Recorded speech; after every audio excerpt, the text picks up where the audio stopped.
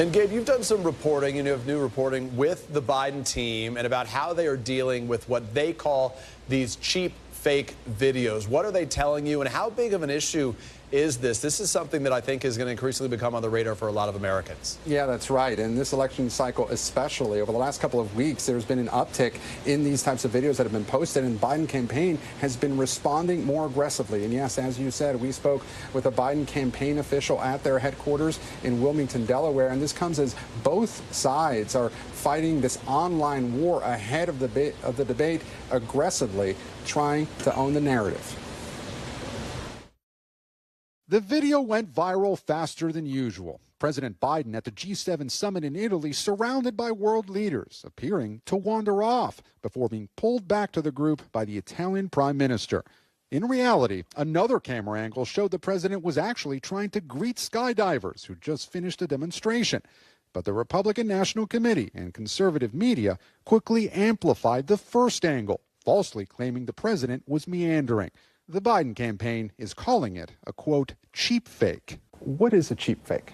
Cheap fakes are these, deceptively edited videos, and they're a huge part of Donald Trump's campaign strategy. I think anytime you see, a viral video like this, you should approach it with a level of skepticism, because this is part of a deliberate strategy to deceive and distract voters from his historically unpopular agenda. Rob Flaherty is Biden's deputy campaign manager, who's overseeing the escalating digital war and slamming the Trump campaign, saying it's increasingly taking videos out of context. We have to be more aggressive about monitoring, about intervening, about taking action against it, because it is just going to be such a centerpiece of how he's communicating. And how do you make that decision? Which videos do you choose to push back on? Why did this one trigger that type of response? Well, we're always looking for what is starting to pick up velocity on the internet, how quick are things moving, and you need a whole campaign approach to push back, right? This is not just a thing that happens online, it's a thing that happens in the mainstream media, it's a thing that happens in people's social networks. So,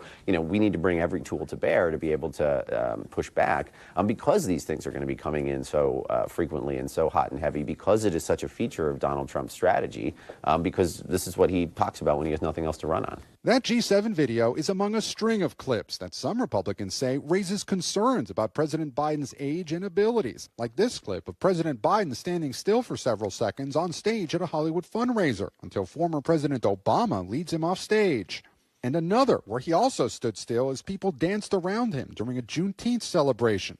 The White House says the president did not freeze in these incidents, but was enjoying the moments. The Trump team insists the videos are not misleading and were not digitally altered. These are real, factual, visual representations of Joe Biden. The Biden campaign is trying to convince the American public not to believe their own eyes. We are simply posting these videos for the world to see and to come to their own conclusion on, which the American public has. There is nothing misleading about posting a video and allowing voters to decide how they feel about it. The Trump campaign argues the Biden team has taken the former president's words out of context. We're going to put a 100% tariff on every single car that comes across the line. Now, if I don't get elected, it's going to be a bloodbath. By claiming that comment referred to political violence instead of economic pain. Then he said if he loses, it's going to be a bloodbath.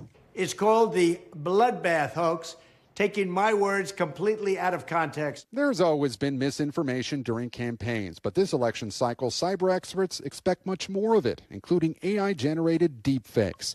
Current and former officials tell NBC News that the FBI and Department of Homeland Security have no firm plan to alert the public about deepfakes or other false information during the 2024 election, unless it's clearly coming from a foreign actor and poses a sufficiently grave threat. A digital battlefield raising questions about free speech, censorship, and partisan politics. In such a close campaign, do you think that these types of videos could make the difference?